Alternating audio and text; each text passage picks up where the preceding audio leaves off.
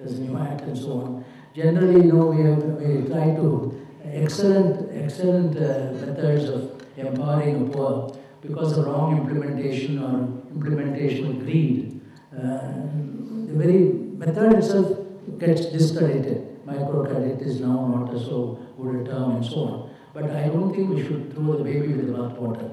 We should reform what is wrong rather than throw it away that is useless and so on.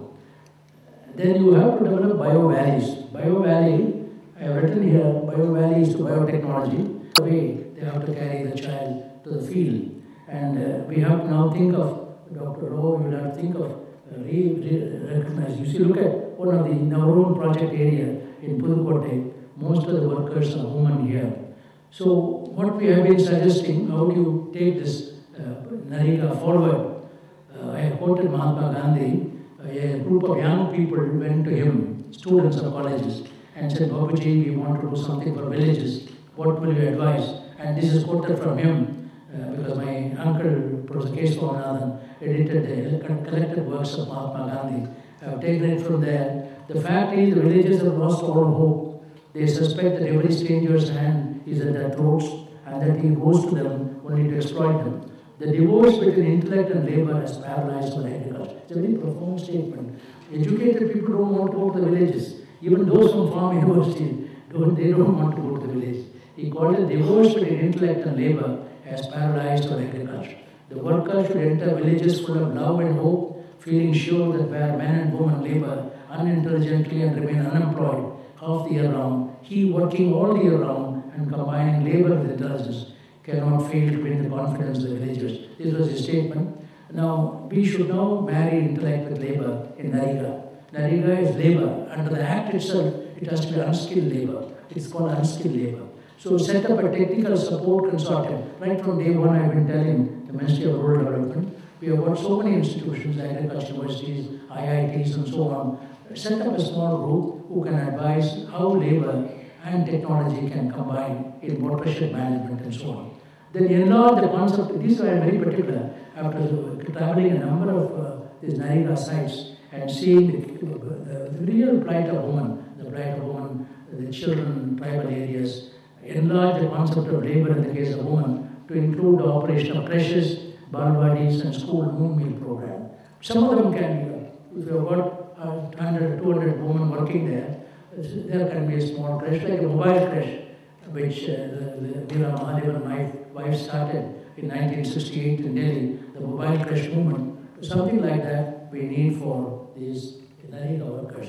Wherever the children, similarly balwadis and so on, and avoid convergence. Today the buffer stocks are 65 million tons.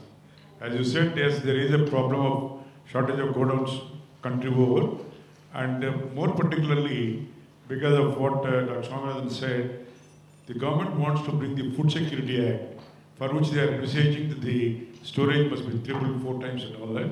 That is one of the reasons we are in a transition period. There is a trouble now is there, but the government is acting very fast by permitting anybody and everybody, both state government as well as central government, to come in a large scale godowns construction. Good evening, sir. So I have just 2 questions. Sir, it has been said that since the food prices are rising, so as to ensure that the benefit of the rising prices reaches to the farmer, would a FDI in retail actually help the farmer or not? That is my first question. The second question is, like, we've been talking a lot about food subsidies and everything. Like, there has been a food security bill which says that we'll go for cash transfer and remove the universal PDS or PDS at all. So is that implementable, and will it actually help both the farmers as well as poor people who are actually at the receiving end of the PDS?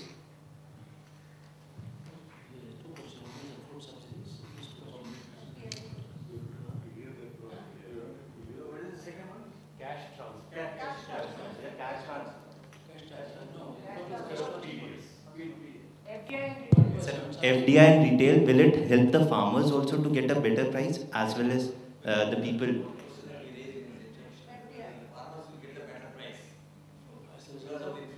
Which will be so that over a period of time, Narika unskilled workers become skilled workers. You see, China, you go, there's nothing like everybody, there's no landless labor. They divided, when they start the agricultural revolution, farmers, small farm productivity, and non-farm employment, what they call township, village enterprises. Within 5 years, they took away 100 million people from farm to non-farm. That is why the manufacturing capacity is so high. They are unbeatable in terms of manufacturing. So we should now leverage the NAREGA as a large-scale development revolution.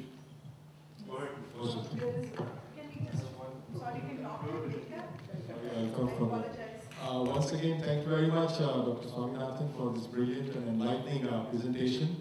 I want to refer to the biohappiness and the farmer's enthusiasm.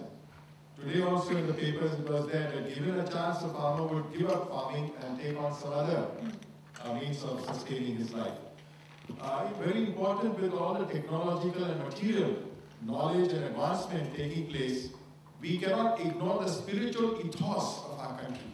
Because I feel that happiness does not come simply through technological advances and the material benefits one gets. The spiritual roots and our cultural ethos are extremely vital. If a farmer's enthusiasm is dwindling, why? I mean, just because he's comparing himself to the village and the city folks, because that people in the city are not really happy. The urban centers with the mall culture, they are not really happy.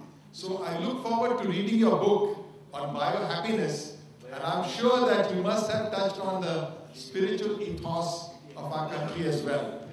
Because this is the spiritual dimension, I think, through every walk of life. Yes, in fact, it is. Biodiversity conservation, I told you, sacred groves, sacred trees, and so on. They had in the earlier days invested a lot of them in spiritual value, and that is how much of the conservation. Bless you that something has to be done on that. There's one last question you can take, please. I'm sorry, sir, can you take it personally because time is up. So basically, I have a question for Mr. K.S. Rao. Since I saw that Mr. Rao is since Mr. Rao is a farmer's leader, and just now there was a question on cash subsidy. There are a lot of landless tillers who work on lands. So what is the thinking of the government on how the benefits would reach directly to the landless tillers? Because they would not have any land. So how is their share in the cropping would be marked? Cash subsidy, how do you expect it to reach? Truly, you are a role model of India. We are proud of you, Professor Swaminathan. It is a pleasure and pride to lead this.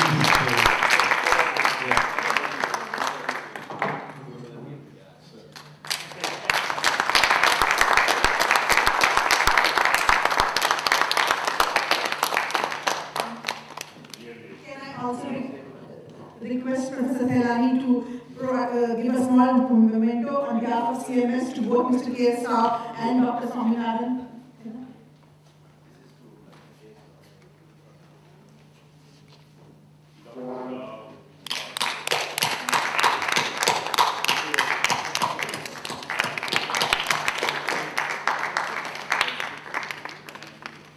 And this I can give.